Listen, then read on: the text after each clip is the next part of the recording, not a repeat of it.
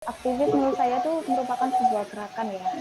Nah, sebuah gerakan di mana kita itu bisa memberikan manfaat pada banyak orang tanpa memberikan dampak buruk bagi sekitarnya. Jadi menurut saya itu aktivis sesimpel itu sih. Siapa yang berani bergerak untuk masyarakat, bermanfaat untuk masyarakat, itu bisa disebut sebagai orang yang aktivis. Itu sih menurut saya kayak gitu sih. Podcast Matematika dipersembahkan oleh Himatika Algebra UIN Sunan Ampel, Surabaya. Halo semua, Assalamualaikum. Kembali lagi di podcast Matematika. Saya Salma dan rekan saya Indana. Kami di sini akan menjadi host pada episode kali ini. Ngomong-ngomong nih ya, ini kan udah masuk pada episode keempat nih, dengan tema menjadi mahasiswa aktivis. Kira-kira bisa ditebak nggak gue star pada episode kali ini? Jadi siapa nih In? Mungkin bisa dikenalin gue star pada episode kali ini. Oke, nah kali ini di podcast kali ini kita kedatangan tamu yang cukup dikenal di matematika, himatika, algebra. Nah, beliau ini adalah Mbak Era Alfizura. Nah, beliau ini pernah menduduki sebagai ketua himatika algebra. Nah, untuk supaya lebih kenal lagi, mungkin Mbak Era boleh memperkenalkan diri. Ya, terima kasih atas kesempatannya. Assalamualaikum warahmatullahi wabarakatuh. Waalaikumsalam warahmatullahi wabarakatuh. Halo semuanya, semoga sehat selalu ya. Nah, nama saya Era Alfizuro. Alhamdulillah saya pernah menjadi ketua Himatika Algebra. Nah, untuk kali ini terima kasih banyak ya untuk tim podcast Himatika Algebra. Saya sangat appreciate banget pada kalian kreatif semua udah mendirikan podcast ini. Jadi pandemi tidak membatasi kalian untuk berkreativitas. Makasih banget udah diundang ya.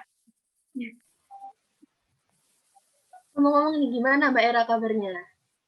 Alhamdulillah baik deh. Pandemi gimana Mbak Era? Ngalangi nggak Mbak Era? Pandemi. Oh iya dong. Pandemi itu Mbak Era alami ketika sibuk-sibuknya KKN sama nyusun tugas akhir. Nah, itu bayangin gimana kacaunya. Wah, parah pasti. Iya. Ngomong nih, tadi kan udah sempat disinggung ya sama Indana kalau Mbak Era ini merupakan ketua Himatika Algebra pada periode sebelumnya. Lah, kalau menurut saya pribadi nih, pasti kalau jadi ketua Himatika nih, pasti butuh tekad atau pengalaman yang lebih gitu. Mbak Era sendiri pengalaman organisasinya tuh sejak kapan sih Mbak? Mungkin bisa disebutin gitu, organisasi yang udah diikutin Mbak Era. Oke, saya jawab ya. Jadi organisasi yang saya ikutin itu sebenarnya sejak SMP sih. Tapi kalau SMP itu lebih ke lebih ke ekstra ya, bukan di intranya.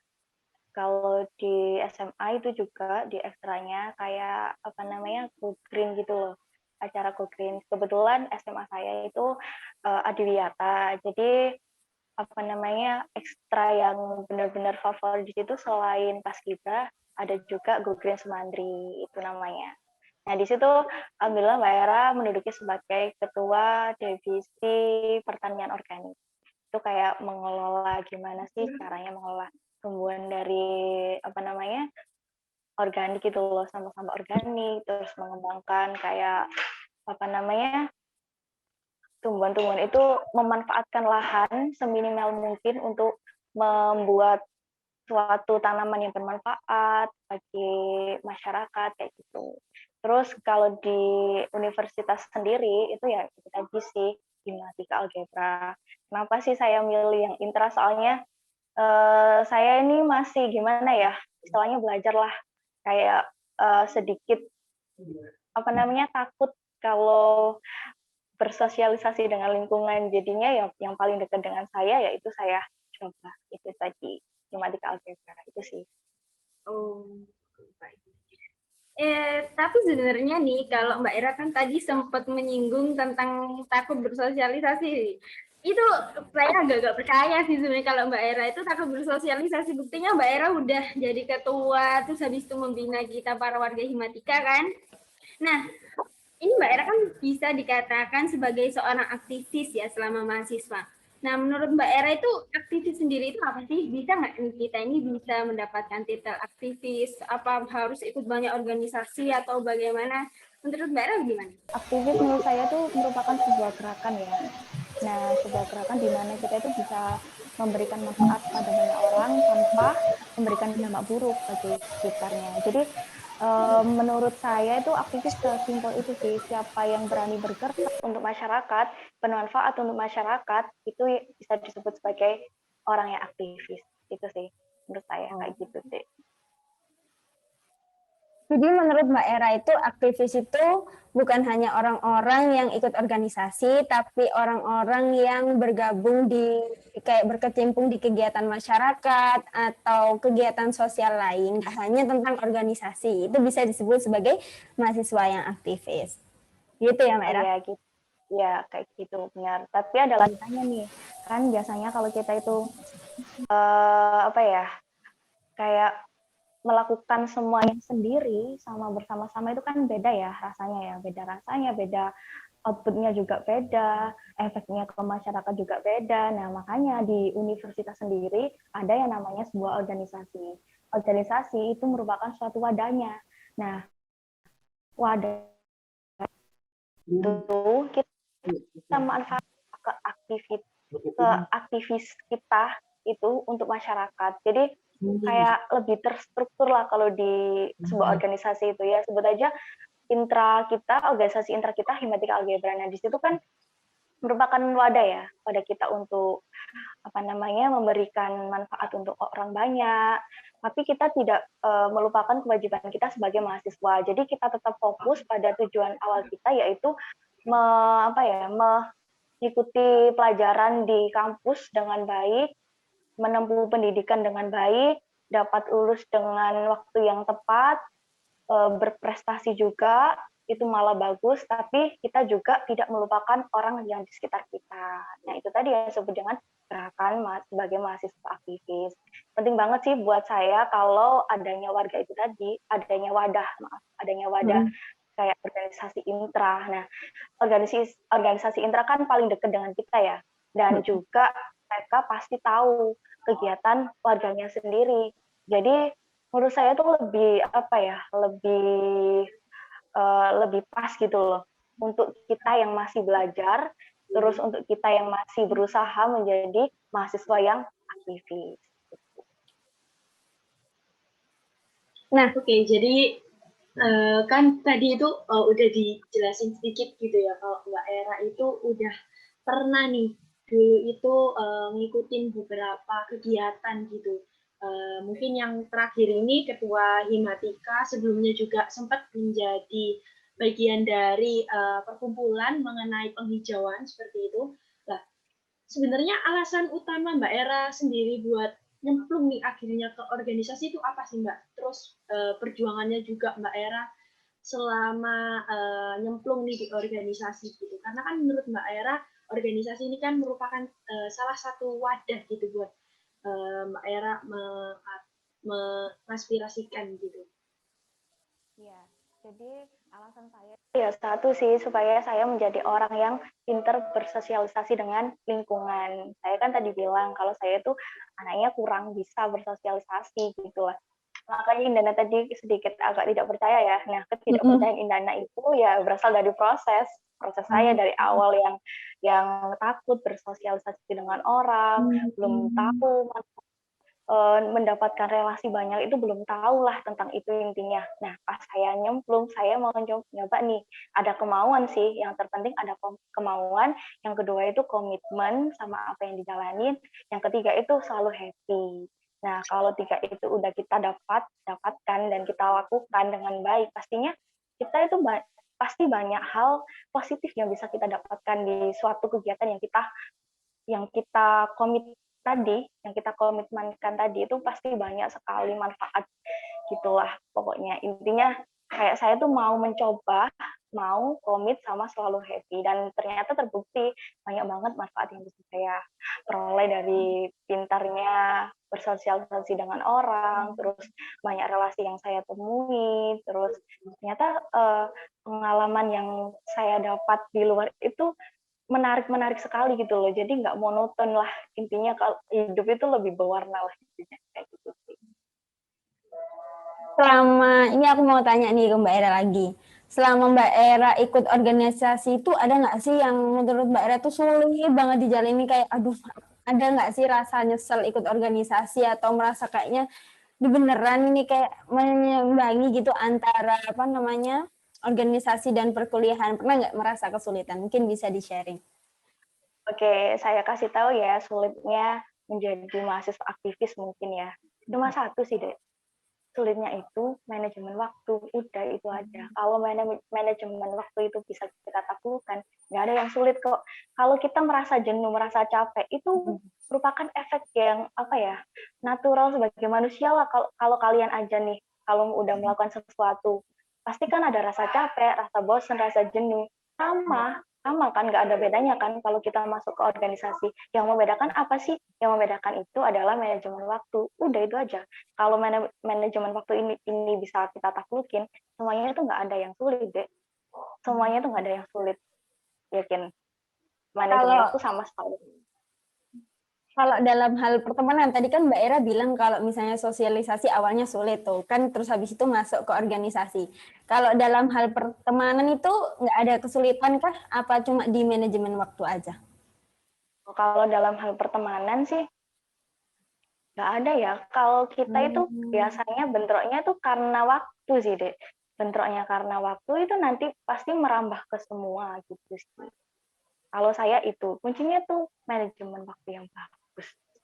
Sama kalau di pertemanan mungkin komunikasi ya. Kalau komunikasi kan di apa namanya di kehidupan nyata juga kita kalau komunikasinya jelek juga nggak bagus kan. Kita untuk berinteraksi dengan orang lain itu kan sesuatu hal yang apa ya, sesuatu hal yang harus kita lakukan. Berkomunikasi dengan orang yang baik itu harus kita lakukan, suatu keharusan.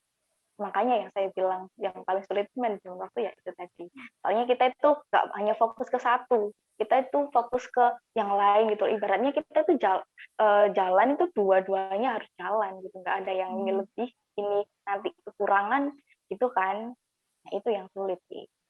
Oh, begitu. Ya. Oke, jadi kan tadi udah dikatakan Mbak Era nih, kalau susahnya di manajemen waktu. Nah, pasti kan kalau ada susah nih, ada sulit, pasti ada senangnya. Kalau Mbak Era sendiri, enaknya nih bonusnya kalau jadi aktivis itu apa, Mbak? Nah, yang tadi yang pertama itu banyak relasi. Kalau banyak relasi, pasti banyak sekali ilmu yang kita dapat dari mereka-mereka yang tentunya mungkin lebih hebat dari kita, pengalamannya lebih banyak dari kita, itu sih. Terus yang ketiga itu, ya itu tadi, hidup kita itu nggak melulu tentang kita dan lingkungan kita aja, tapi lingkungan luar. Kita bisa tahu lingkungan luar itu seperti apa. Terus kita kalau di Hima itu banyak sih pengalaman-pengalaman yang nggak bisa saya lupakan, kayak ada pengabdian kayak Atma Wardah, mungkin kalian belum ada ya di apa namanya di matematika itu, pengalaman yang sangat luar biasa menurut saya juga tidak menyangka ternyata masih ada sekolah yang tertinggal gitu, pendidikan yang tertinggal di Sidoarjo. Di situ deh saya merasa kayak oh ternyata tuh banyak gitu loh yang bisa kita gali dari mereka.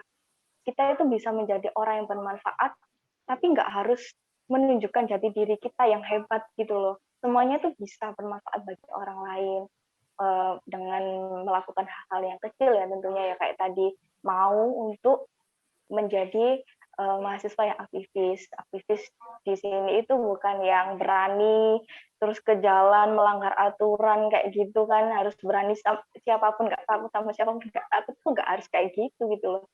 Gerakan yang kalian lakukan bermanfaat bagi orang lain, tidak melanggar undang-undang, tidak melanggar agama, tidak tidak merugikan orang lain, itu yang dinamakan aktivis yang sebenarnya. Itu sih bagi saya. Ya, aku punya satu pertanyaan yang pengen aku tanyain ke Mbak Era ini. Mbak Era ini ikut aktivis, ada nggak sih pengalaman yang benar-benar kayak aku tuh nggak nyesel banget masuk aktivis, kayak sesuatu yang nggak bisa dilupain di aktivis gitu. Mungkin bisa di-sharing, mungkin teman-teman ada yang tergiur pengen menjadi seorang aktivis. Oh iya. Kalau saya sih ya bisa memanajemen waktu dengan baik. Nah, itu tadi itu karena terbiasa. Kita terbiasa men-setting acara kita dengan baik agar nanti berjalan dengan baik. Itu kan salah satu apa ya? Salah satu kayak latihan gitu loh. Nah, dari latihan-latihan itu kita kan akhirnya terbiasa. Nah, kebiasaan itu nanti pasti ngaruh di kehidupan kita tentunya. Kayak gitu sih, kayak lebih misal kita itu ikut serta, anggap aja lah di kegiatan yang paling besar Gematika. Nah, di situ dari Gematika pertama itu kan saya sudah ikut ya di kepanitiaannya ya. Itu benar-benar saya tuh tahu, oh kayak gini ya, kita bisa ya ternyata ya menjalankan sebuah proyek yang besar, terus ya dapat memberikan banyak manfaat bagi masyarakat, terus tentunya juga untuk mengharumkan nama prodi kita, nama universitas kita, ternyata kita juga bisa gitu loh. Kita nggak harus jadi orang yang besar, yang udah dikenal. Ternyata kita orang yang mau aja, orang yang berkomitmen, orang yang menjalankan sesuatu dengan ikhlas, happy, itu ternyata bisa ya membanggakan orang banyak.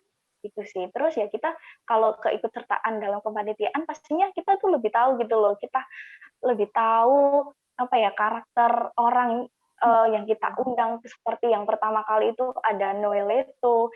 Kita kan nggak pernah bayangin ya kita bisa menatap Noeleto dengan apa ya dengan jelas gitu kan nggak pernah tahu ya, kita bisa tahu Noeleto itu orangnya pribadinya seperti apa kan nggak pernah tahu ya, tapi ternyata kalau kita ikut kepanitiaan kita udah tahu loh semuanya, kita malah yang men-setting, kita malah yang mempersiapkan untuk acaranya Noe itu kayak gitu. Terus yang kedua ada Jovial, itu benar-benar nggak akan terlupakan sih. Jovial itu kan tahu sendiri ya youtuber terkenal, terus ya keren gitulah ya.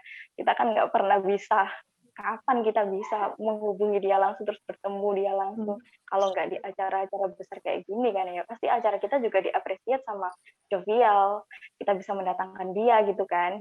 Terus yang ketiga itu Jerome Pauline, siapa sih yang nggak kenal Jerome Pauline, itu pastinya benar-benar dekat banget gitu loh, bisa melihat. Oke lah, yang semua yang ikut seminar juga bisa lihat tentunya, tapi kalau kepanitiaan kita loh yang mempersiapkan ini, terus kita loh tahu gimana sih karakternya si apa namanya pemateri yang kita undang ini, kita tahu loh wataknya dia seperti apa, intinya lebih dekat lah. Itu sih pengalaman yang tak terlupakan. Terus ya susah senengnya kayak tidur nginep di situ itu bukan sesuatu hal yang menyedihkan, tapi malah menyenangkan sekali.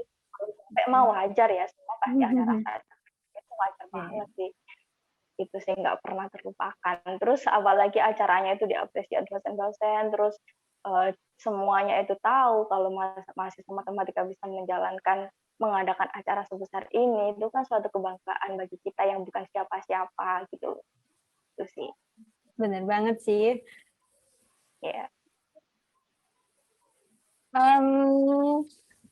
Kalau kira-kira nih, Mbak Era kan kalau dipandang warga Himatika nih, saya sendiri pun kalau mandang Mbak Era ini, wah Mbak Era ini kayak hebat banget sih, udah perempuan, ketua Himatika Algebra. Terus habis itu kalau saya lihat sendiri Mbak Era ketika berbicara tuh ya kayak semuanya tuh singkat, padat dan jelas gitu. Mungkin Mbak Era tuh bisa bagi-bagi tips gimana caranya bisa menjadi seseorang yang seperti Mbak Era ini. Sebelumnya saya ucapkan terima kasih ya pada Indana. Menurut saya itu agak terlalu ini sih, berlebihan sih Indana. Saya nggak sehebat yang kamu pikirkan. Alhamdulillah kalau kalian berpikir seperti itu, tapi ya semuanya itu pasti ada kelebihan dan kekurangan masing-masing. Tapi dari saya sendiri tuh bagaimana bisa seperti ini, tentunya dengan pengalaman sih. Dengan pengalaman itu saya bisa menemukan jati diri saya. Ternyata saya ini bukan orang yang sulit bersosialisasi, ternyata saya orang yang bisa belajar dari lingkungan dan saya bisa berkembang oleh lingkungan. Itu sih. Oke, jadi dari perbincangan kita kali ini bisa diambil value nih. Jadi bahwa menjadi aktivis itu tidak menjadi halangan kita dalam hal akademik gitu.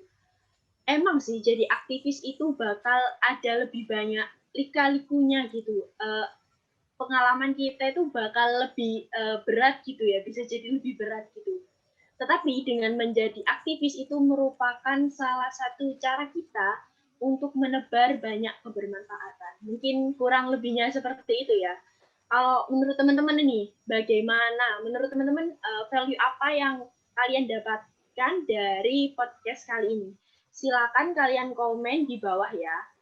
Selanjutnya ada info nih dari Indana. Silakan Indana. Oke, nah gimana tadi seru kan ya kisah-kisahnya Mbak Era dari seorang mahasiswa, pengalaman yang nggak terlupakan, bertemu seseorang yang sangat besar. Nah, itu semua cuma ada di Himatika Algebra. Jadi kalian tuh nggak bakal nyesel banget ketika kalian tuh masuk di Himatika Algebra. Karena apa? Kalian nanti jiwanya, sikap kalian tuh bisa terbentuk menjadi jiwa pemimpin, jiwa aktivis, semuanya bisa terbentuk di Himatika Algebra. Jadi bagi kalian yang masih SMA atau bingung mau milih masuk kemana, matematika, Himatika Algebra, matematika UINSA boleh banget jadi pilihan pertama. Dan saya jamin banget kalau misalnya kalian nggak bakal nyesal. Mungkin sampai di sini ya podcast kita hari ini. Beberapa ada yang baik, ada yang buruk. Kita ambil baiknya saja, yang buruk boleh dilupakan.